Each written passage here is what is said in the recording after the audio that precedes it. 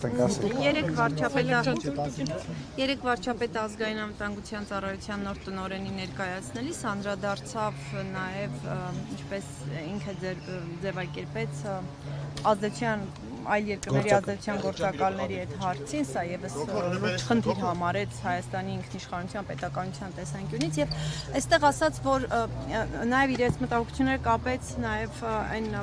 պնդման հետ, որ Հայաստանում այլ երկրի քաղաքացիներ, որոնք չունեն Հայաստանի քաղաքացիություն, Հայաստանում քաղաքական լուրջ պրոցեսներ գեներացնելու փորձեր են անում, ռադիկալ հայտարարություններով հանդես գալիս, ասաց լինելով ոչ Հայաստանի քաղաքացի, ես նախ խնդրեի դուք ասեք ում մասին էր խոսքը, ովքեր Հայաստանի քաղաքացի չեն, բայց Հայաստանում Դու լուրջ ես այդ հարցը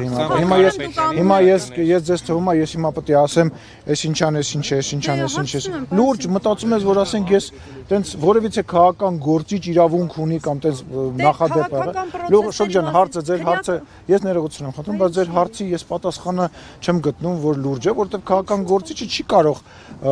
քրեական կամ որևիցե կամ որևիցե դա նշանակում ստորակետ կամ որևիցե նմանատիպ մեղադրանքի մասին անուն տալով խոսել, եթե չունի դրա ապացույցները։ Եթե չունի դրա ապացույցները, ես միջև օրս դες բան չեմ արել։ Հիմա նույնիսկ ինչ որ կայք, ինչ որ քաղաքական իրանց գործիչ անվանող մարդիկ ինձ դատի են տալիս իմ հայտարարությունները, բայց նորից եմ ասում, ես որևիցե բան չեմ ասում, որի տակ ես չունեմ առնվազն մի քիմիայով։ Նման հարցեր ինձ մի տվեք։ Լավ, ուրիշ բան հարցնեմ, բայց այսինքն կան մարդիկ։ Չենք վերածելու սա ազատության եւ իմ հարցազրույցը։ Հասկանամ էլի ձեզ դրա համար։ Վերջին հարցը։